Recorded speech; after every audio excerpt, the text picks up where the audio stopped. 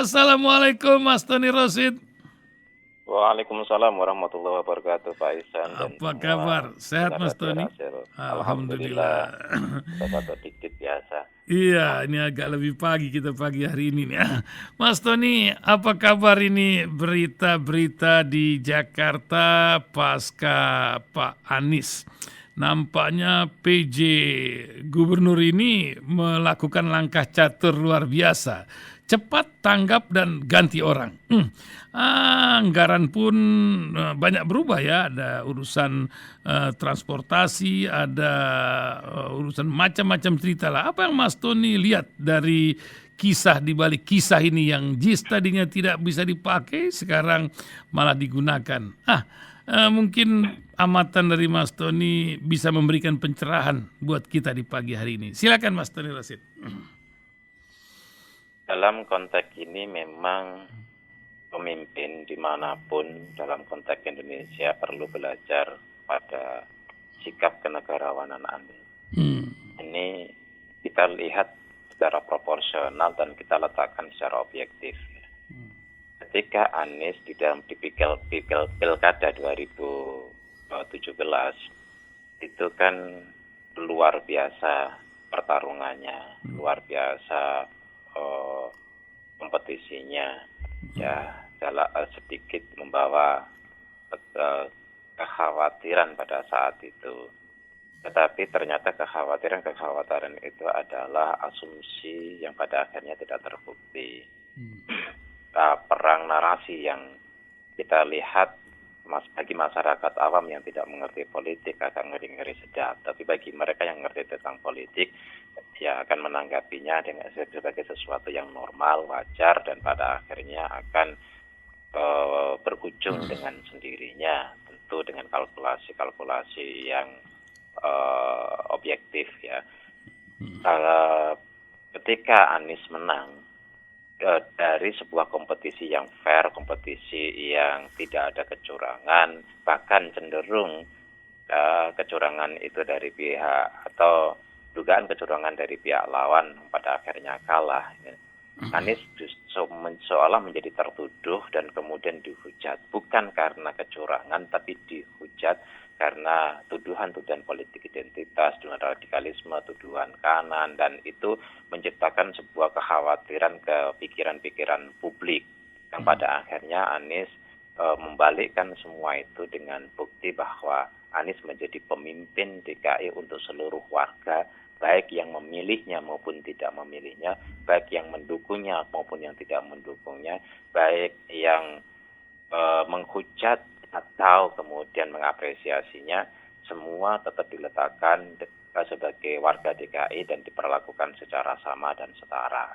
Nah, ini menurut saya meletakkan ya posisinya sebagai seorang negarawan dengan mengutamakan kepentingan rakyat di atas kepentingan sendiri maupun kelompoknya. Itulah jadi seorang negarawan. Dengan berbagai hujatan dan sebagainya tidak kemudian membuat dia dendam, membuat dia kemudian memblok diri, membuat dia kemudian bersikap tidak adil kepada mereka yang melakukan upaya-upaya yang tidak menyenangkan kepada diri Anies, bahkan melaporkan ke pihak berwajib atas pelanggaran-pelanggaran IT pun tidak dilakukannya. Nah, itulah konsekuensi seorang negarawan. Terus kemudian ketika Anies menjadi seorang gubernur di DKI, ya kebijakan-kebijakan lama diteruskan. Kecuali yang memang jelas-jelas melanggar hukum, ya karena Anies juga tidak ingin sejarah mencatatnya sebagai orang yang melegitimasi terhadap atau membuat meneruskan keputusan yang melanggar hukum. Di luar yang melanggar hukum itu tetap diteruskan. Ada bahasa Anies yang diungkapkan, kalau setiap pergantian pemimpin itu menghanguskan atau meniadakan program-program yang sudah diawali dan dibangun oleh kepemimpinan sebelumnya, rusak negara ini. Nah, ini jiwa negarawan menurut saya, sebuah narasi yang matang, yang dewasa. Terus ketika berkaitan dengan para pejabat yang ditunjuk atau dipilih oleh gubernur sebelumnya, ada 3 kriteria. Anies hanya mengganti kalau ternyata tidak satu visi. Anies Hmm. kalau hanya mengganti kalau tidak delivery terhadap tugas. Artinya tidak memiliki kompetensi untuk menjalankan tugas sesuai yang diamanatkan dalam jabatan itu. Yang ketiga, kalau waktunya belum habis.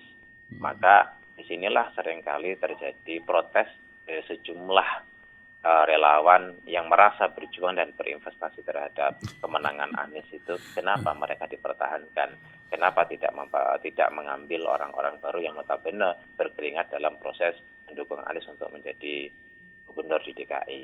Itu tidak Anies pun hadapi itu karena pada prinsipnya adalah profesionalitas di mana kepentingan rakyat jauh lebih utama dan harus didahulukan dari kepentingan sendiri maupun kepentingan kelompok. Nah, saya hanya ingin memberikan sebuah catatan, mestinya siapapun pemimpin itu ya meletakkan kepentingan rakyat di atas kepentingan apapun, termasuk kepentingan ada politik pribadi. Tidak kemudian mengganti, menjabat baru semuanya diganti, menjabat baru kemudian semuanya dihanguskan, menjabat baru kebijakan yang lama kemudian dianulir. Menurut saya kalau sistem ini yang berlaku, maka rusaklah sebuah proses pembangunan, baik pembangunan mental maupun pembangunan bangsa ini. Nah, kalau ada pemimpin melakukan hal ini, maka dia masih jauh mentalnya dari seorang pemimpin, masih jauh kedewasaannya dari yang dibutuhkan bagi seorang pemimpin. Apalagi kalau kemudian itu dilakukan berdasarkan ketidaksukaan. Nah, ini akan melahirkan sebuah politik balas dendam. Zaman ini adalah zaman demokrasi. Zaman ini bukan zaman lagi, bukan eranya kerajaan. Di mana dulu kerajaan kita tahu dimanapun kerajaan itu ya saling bunuh. Besoknya nanti bunuh lagi. Besoknya yang saudaranya atau keturunannya yang dibunuh membalas dendam. Satu membunuh dengan mengambil kekuasaan itu. Sekarang zaman modern, pembunuhan itu bukan dalam pengertian nyawa yang diambil, tetapi pembunuhan itu pembunuhan karakter, pembunuhan policy, kebijakan, pembunuhan hasil kerja dan sebagainya. Itu juga merupakan sebuah proses pembunuhan yang metamorfosis dari karakter kerajaan masa lalu. Dan ini tidak boleh dilakukan oleh siapapun. Nah, kalau ke dalam konteks DKI saat ini, kalau seandainya itu dilakukan oleh orang yang tidak dipilih oleh rakyat berbasis sistem demokrasi, tetapi dipilih oleh penunjukan, dan itu menurut saya malah lebih parah. Tapi dari sisi politik, ini akan menguntungkan bagi Anies dalam konteks popularitas, ya. Tapi merugikan bagi rakyat. Bagi Anies sendiri nggak ada masalah. Coba ketika Anies di depan para di Sumatera Utara, para pendeta, ini diungkapkan, ya, Anies tetap ya pengganti, kita harus husnudon, kita harus positive thinking, akan melanjutkan apa yang sudah dirintis, apa yang sudah dimulai, ya tugas selanjutnya akan tidak ada narasi dan kalimat bahkan kata yang negatif terhadap PLT sekarang sama sekali tidak ada. Jangan sampai juga ada kesan bahwa PLT itu lebih powerful ya daripada orang yang dipilih secara demokratis oleh rakyat. Secara politik logisinya mestinya lebih besar dari orang yang terpilih secara demokratis. Tetapi lagi-lagi secara politik bagi Anies tidak ada masalah. Justru rakyat makin melihat mana yang benar, mana yang salah, mana yang layak untuk mendapatkan limpahan simpati dan empati, mana yang justru tidak layak untuk mendapatkan empati, mana yang layak didukung oleh rakyat, mana yang tidak layak didukung oleh rakyat. Itu adalah hukum alam, itu adalah sunatullah yang akan berjalan. Masyarakat, Anda bisa membohongi satu orang, Anda bisa menipu satu orang, Anda bisa memprovokasi satu orang, Anda bisa merubah mindset seseorang, satu dua orang ke arah negatif, tetapi tidak akan semuanya dan tidak akan selamanya. Masyarakat secara umum betul-betul memiliki sebuah kesadaran, apalagi di era di mana keterbukaan dan transparansi makin sangat luas. Oleh karena itu masyarakat akan lebih mudah untuk menilai mana yang tepat, mana yang tidak tepat, mana yang benar, mana yang tidak benar, mana yang punya niat baik, mana yang tidak punya baik. Pada akhirnya kembali kepada masyarakat yang akan menilai, dan disitulah ada namanya perspektif. Perspektif inilah yang akan memberikan pengaruh terhadap perjalanan sebuah proses politik yang ada. Gitu Pak. Iya. Ya, Mas Tony, memang diperlukan kesinambungan ya. Kalau tingkat nasional dulu ada GBHN ya. Sekarang ini macam ganti presiden, ganti lagi Alkisah ya.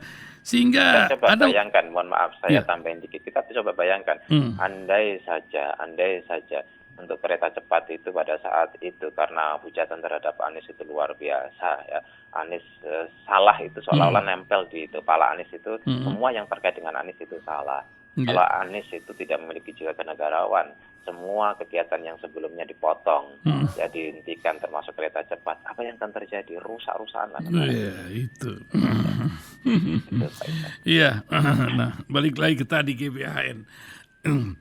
Ada wacana itu, ada pokok-pokok haluan negara yang dikhawatirkan ketok palu 3 periode menjadi justifikasi judicial crime di sana. Tapi ini diawali dengan pertemuan di GBK dengan para relawan yang diantisipasi oleh PDIP dengan uring-uringan ya. Ketika juga disebut entah 3 periode entah ada rambut putih muka berkerut. Apa yang Mas Tony lihat dari timbul tenggelamnya isu 3 periode, atau adakah cerita lain di balik ini? Penglihatan dari seorang pengamat yang lebih jeli ya Mas Tony. Iya, kan memang ada upaya untuk mengamankan apa yang telah mereka lakukan, ya. Baik itu, ya kita husnudzon saja, baik itu yang positif maupun yang negatif, baik itu yang konstruktif maupun yang destruktif. Gitu loh. Mereka dari awal memang ada sebuah kelompok yang memang dari awal tidak menyadari bahwa periodisasi presiden itu yang didukung, yang dipilih itu adalah 5 tahun dan bisa diperpanjang hanya 10 tahun.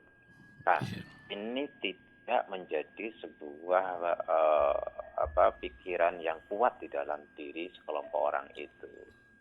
Sehingga kemudian berpikir untuk ini. Mestinya orang, saya dikasih jatah 5 tahun, saya mendukung presiden 5 tahun, maka pekerjaan ini harus dituntaskan 5 tahun. Kalau kemudian bisa tambah lagi 5 tahun ke depan, maka ini akan dilanjutkan. Kalau tidak bisa tidak menang, maka ini harus disiapkan untuk dilanjutkan oleh orang lain. Tetapi harus memberikan porsi. Tetap harus diskusi. Kira-kira itu layak enggak? Bisa diterima enggak untuk semua orang? Siapapun presidennya nanti, itu kemudian dilanjutkan. Bukan presiden menurut persepsi kita, bukan pemimpin pengganti kita menurut apa yang kita mau.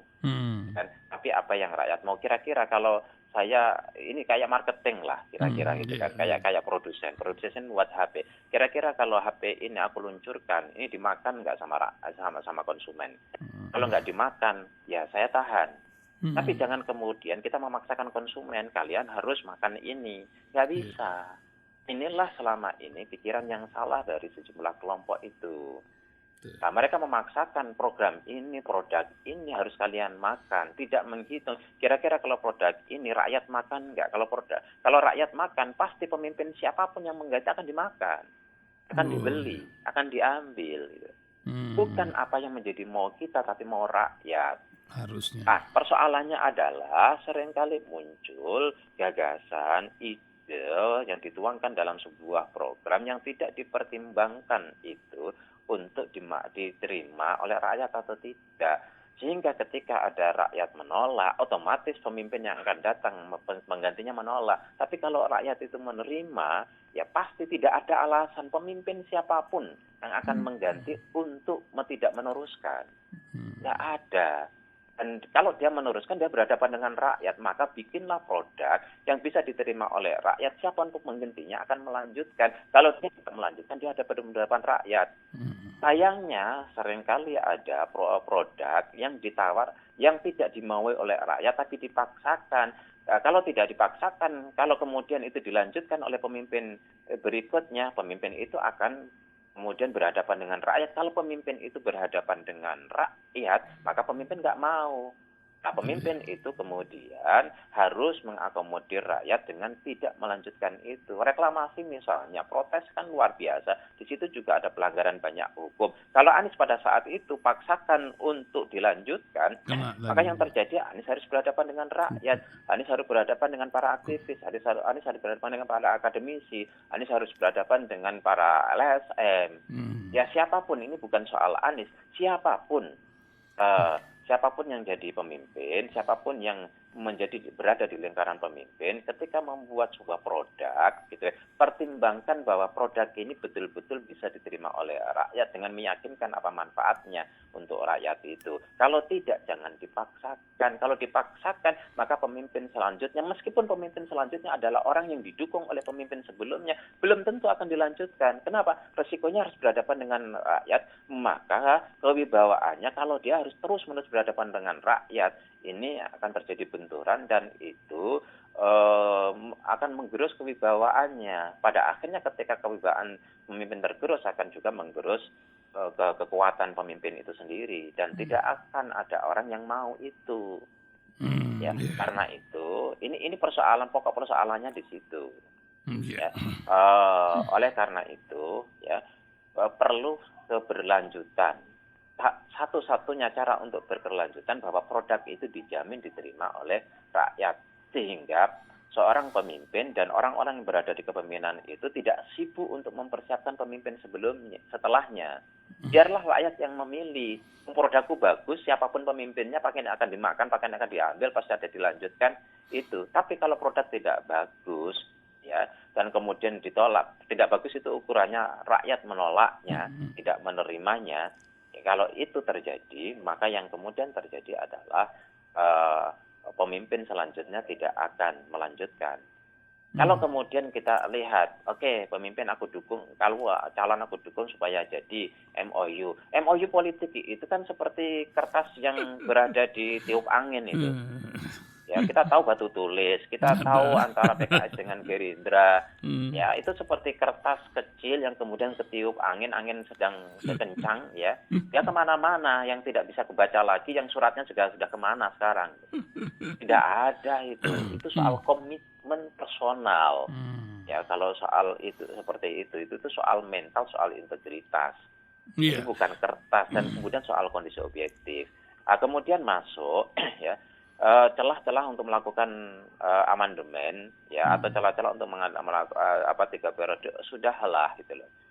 Saya meyakini betul kalau dipaksakan 3 periode atau mundur gitu kan akan terjadi gejolak sosial yang berakibat atau potensi sangat besar berakibat terhadap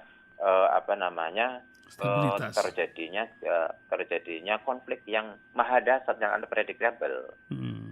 Oleh karena itu sudahlah belajar dari kemarin ketika mau diundur gitu kan gejolaknya sudah makin besar nggak jadi 3 periode gejolaknya makin besar tidak jadi apalagi saat ini partai terbesar menang pemilu yaitu PDIP menolak dengan konsistensi tentu punya alasan konstitusional karena 3 periode itu dianggap inkonstitusional menunda pemilu juga dianggap inkonstitusional kemudian juga yang kedua tentu ada kepentingan pragmatis dari partai itu sendiri dan itu biasalah.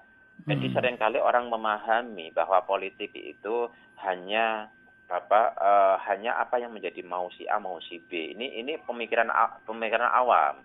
Politik itu tidak bisa ditentukan oleh apa mau A mau B atau mau kelompok A mau kelompok B mau ke partai A partai B tapi juga apa yang paling mendasar adalah ditentukan oleh kondisi objektif yang dimiliki baik kondisi objektif nasional maupun kondisi objektif lokal masing-masing partai. Kenapa PDIP menolak misalnya kalau sampai Pak Jokowi 3 periode ya selesailah suksesi kepemimpinan di PDIP itu dilanjutkan oleh Trans Soekarno pasti akan diambil oleh hampir pastilah diambil oleh kekuasaan. Kenapa PDIP enggan untuk memilih atau mengusung Pak Ganjar? Ya karena satu Ganjar dianggap banyak balelo dalam tanda kutip oleh PDIP dan itu diungkapkan dengan indikator banyak ya. Kemudian yang kedua Ganjar tidak seperti Pak Jokowi 2014 yang Pak Jokowi loyal betul sama PDIP. Terus kemudian tingkat kemenangannya juga sangat tinggi dilawan dengan siapapun dan saat itu lawannya juga Pak Prabowo kelihatan akan kalah gitu kan. Pak Ganjar ini tidak memberikan setengah jaminan untuk menang, setengah jaminan aja nggak ada gitu kan, untuk menang. Nah, maka PDIP, apalagi kemudian yang ketiga adalah kalau toh mendukung ini akan mengancam Terah Soekarno, itu kan alasannya Terah Soekarno untuk sukses di PDIP, ditutup-tutupi atau tidak, diakui atau tidak, itulah yang sebenarnya yang diprediksi oleh publik, dibaca oleh publik, itulah yang terjadi. Jadi sudahlah, selesai ya. Selesai. Maka kita pegang omongannya Pak Jokowi saja. Pak Jokowi juga bilang sepakat dengan PDIP, ya, tidak setuju dengan 3 periode. Soal orang kemudian percaya atau tidak, sebagian percaya atau tidak, itu soal lain. Tapi narasi itu jelas. Pak Jokowi tidak mau 3 periode, sudah mengungkapkan, Pak Jokowi sendiri sudah mengumumkan jadwal terhadap pemilu, ya. Pengumuman itu dilakukan oleh Pak Jokowi sendiri untuk minta pada KPU pada saat itu memperjelas ya atau mengumumkan jadi jadwal pemilu. Artinya bahwa Pak Jokowi sendiri menolak dimundurkan, menolak untuk 3 periode. Apakah itu dengan amandemen atau dengan jalur-jalur konstitusi yang lain? Menurut saya sudahlah, nggak usah macam-macam lah. Ya, sebagai negarawan, para elit, kita mohon untuk mengutamakan kepentingan rakyat dengan cara apa? Ya, membaca apa yang menjadi mau rakyat, mendengarkan apa yang menjadi aspirasi rakyat, kemudian dengan jeli dan peka untuk melihat gejolak rakyat. Jangan kemudian dicari-cari rakyat tenang, cari lagi rakyat tenang, munculkan lagi. Menurut saya ini bukan jiwa negarawan. Oleh karena itu siapapun yang selama ini gitu kan berada dan menjadi pendukung Pak Jokowi, tolong untuk itu selesailah, finish. Jangan kemudian diteruskan. Kasihan juga Pak Jokowi yang pada akhirnya bukan mereka yang kena dampaknya, dampak negatifnya atau dampak perspektif negatif, tetapi yang terkena kan juga Pak Jokowi sendiri. Biarlah sekarang tinggal 2 tahun kurang ini, orang-orang yang selama ini menikmati berada di sekitar Pak Jokowi gitu kan mestinya berupaya untuk memunculkan apa yang sudah dikerjakan Pak Jokowi yang baik-baik, sehingga rakyat yang terpikir jalan tol itu panjang, jalan tol itu bagian dari, harus kita akui secara objektif, bagian dari karya Pak Jokowi yang cukup sukses setelah jalan tol itu, atau infrastruktur yang mana dan sebagainya. Ya, kita harus objektif untuk, dan orang-orang di sekitar Pak Jokowi mesti mengungkapkan ini. Jangan ini semua prestasi lah, katakan apa yang sudah dibangun oleh Pak Jokowi itu ditutup oleh keinginan-keinginan ambisius dari lingkarannya yang justru merusak. Ya, janganlah dorong-dorong Pak Jokowi untuk mendukung capres tertentu. Janganlah dorong-dorong Pak Jokowi untuk 3 periode. Janganlah dorong-dorong Pak Jokowi untuk menunda pemilu. Janganlah dorong-dorong Pak Jokowi untuk menjadi cawapresnya Pak Prabowo. Jangan dorong-dorong yang lain, sehingga apa yang selama ini layaknya diapresiasi oleh publik terkait dengan prestasi Pak Jokowi menjadi tidak kelihatan. Karena apa? Diwarnai oleh politik konfliktual terus, ya. Dan ini dibangun juga oleh orang-orang di lingkaran Pak Jokowi. Stop, berhenti, supaya Pak Jokowi makin kelihatan apa yang selama ini sudah dilakukannya, sehingga pelan-pelan mereka yang selama ini tidak melihat prestasi Pak Jokowi, sehingga terbuka untuk bisa melihat prestasinya. Tapi dengan stop diskusi, stop wacana terhadap hal-hal yang kontraproduktif terhadap aspirasi rakyat. Masya Allah. Ya, Mas Tony, ini juga terakhir ya, ini Mas Tony, di sisa waktu ini saya lihat ya, dengan berakhirnya masa jabatan gubernur menyebabkan Pak Anies bisa keliling dan juga dipicu oleh KPK, menyebabkan Nasdem mendeklarasikan calon presiden.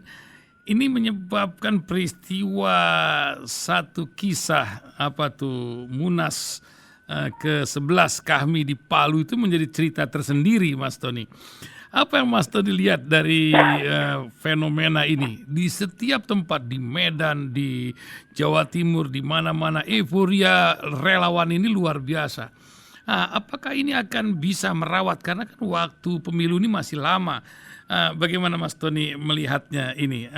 Dalam grafik, sementara survei-survei ini mengatakan Prabowo, Anies, Ganjar menjadi ranking teratas dalam hal ini 23-28% begitu. Mas Tony, silakan Mas Tony. Ya, sebelum masuk ke situ sedikit saya singgung dalam peristiwa-peristiwa itu bahwa ada cerita di balik layar yang publik mestinya juga menyadari bahwa misalnya ada Anies mau datang ke satu wilayah, satu tempat, heroisme seperti itu, kemudian resistensinya tinggi sehingga kemudian ada pihak-pihak yang melakukan hal-hal yang tidak demokratis. Nah, cerita-cerita seperti ini detailnya tentu tidak bisa di publik gitu, tapi itu ada. Gitu kan. Terkait dengan ya silakanlah publik menafsirkan apa yang saya katakan tadi. Kemudian terkait dengan heroisme Anies, ini kan dulu sudah berapa kali saya tulis, ya. Publik ini kan seringkali ya tidak membaca, suka lupa dan suka mengabaikan basis analisis berbasis data. Dan saya berulang kali Anies itu kondisi diuntungkan oleh kondisi objektif selain memang dia adalah orang-orang yang sukses itu adalah orang yang mempersiapkan diri untuk menjemput opportunity, untuk menjemput kesempatan. Dan Anies adalah orang yang mempersiapkan diri. Siapapun orang yang mempersiapkan diri untuk menjemput opportunity, karena opportunity itu datangnya tidak seketika, bisa kapan saja.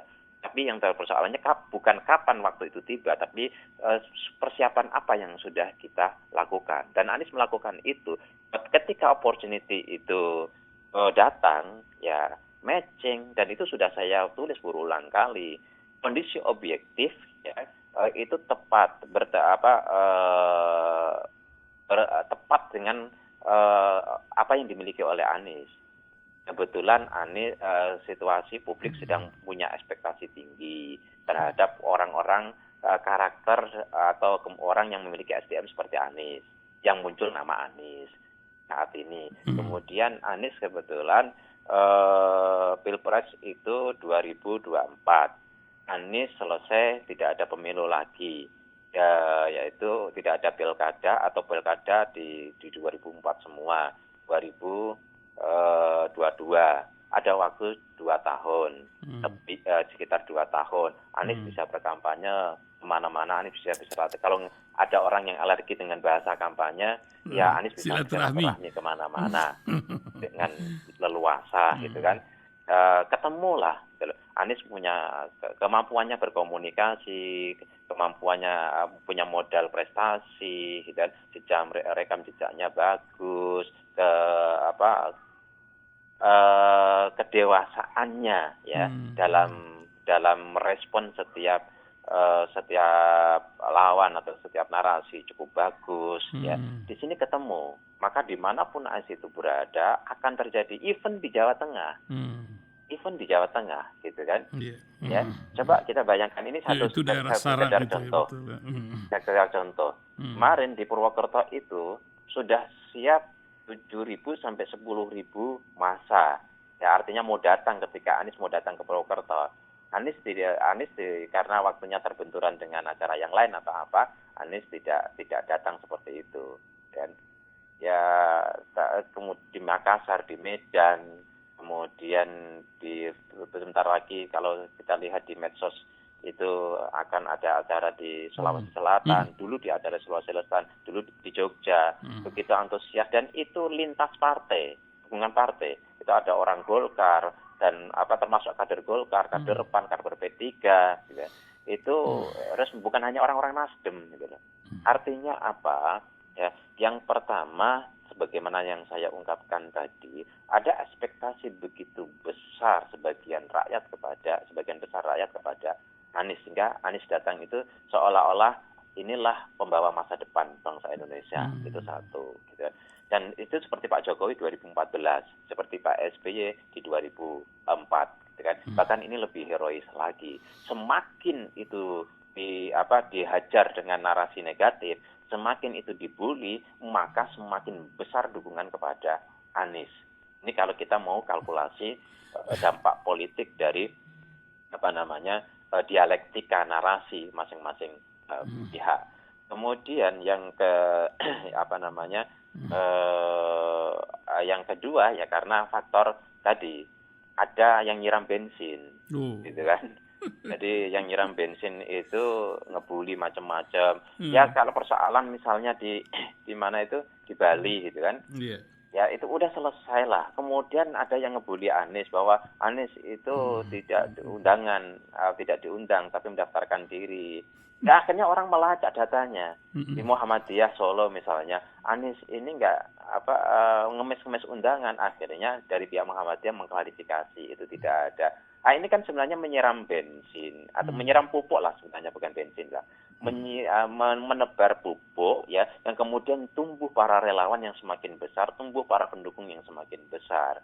Ini yang seringkali dilakukan oleh pihak-pihak tertentu, menebar pupuk untuk menumbuhkan bibit yang bisa dirasakan manisnya oleh Anies. Ini yang seringkali justru terjadi. Makin lama makin ada pihak-pihak yang tidak smart ya untuk melakukan sebuah perlawanan terhadap Anies dalam konteks politik. Tapi justru kebodohan-kebodohan itulah yang menjadi blunder bagi mereka, tapi menguntungkan dan memberikan poin makin besar untuk Anies. Dan sebagaimana saya konsisten dengan tulisan-tulisan saya, bahwa makin jauh pada saat itu Anies itu elektabilitasnya di bawah Ganjar dan Prabowo. Sudah saya tulis banyak variabel yang menguntungkan, yang membuat Anies akan meninggalkan elektabilitas mereka.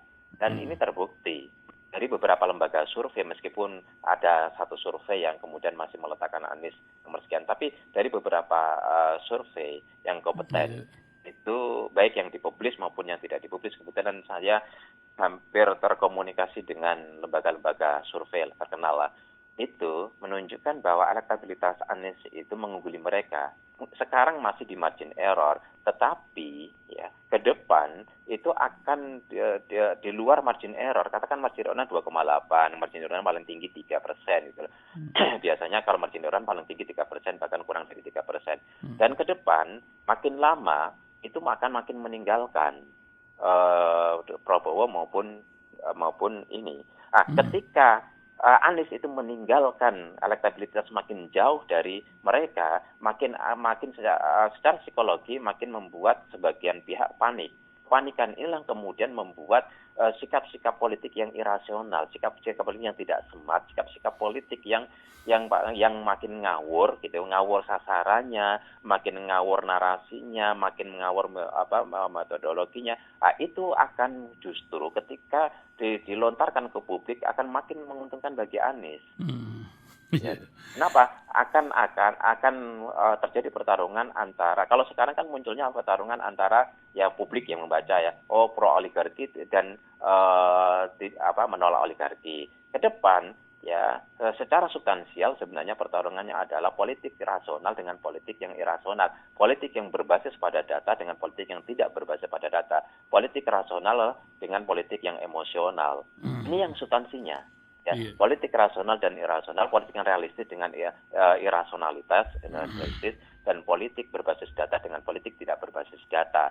Adapun kemasannya bisa bermacam-macam, tapi inilah substansinya yang pada akhirnya akan dimenangkan oleh politik rasional, oleh politik modern, oleh politik realistis, oleh politik berbasis kepada data. Ya, terima kasih Mas Tony. Mudah-mudahan Allah memberikan yang terbaik buat negeri kita ini, insya Allah. Wah, terima kasih Mas Tony pagi hari ini telah menemani suasana pagi pendengar radio Silaturahim dalam berita pagi hari ini. Tulisan apa yang sedang digarap pekan ini Mas Tony? Tulisan pekan ini masih militer. Karena militer kita nggak bisa militer ya, karena memang kita negara maritim. Memang kita perlu militer, terutama di angkatan laut yang kuat ini, sehingga kita betul-betul menjadi negara yang kuat. Amin. Terima kasih Mas Tony. Kita selalu tunggu tulisannya. Insyaallah.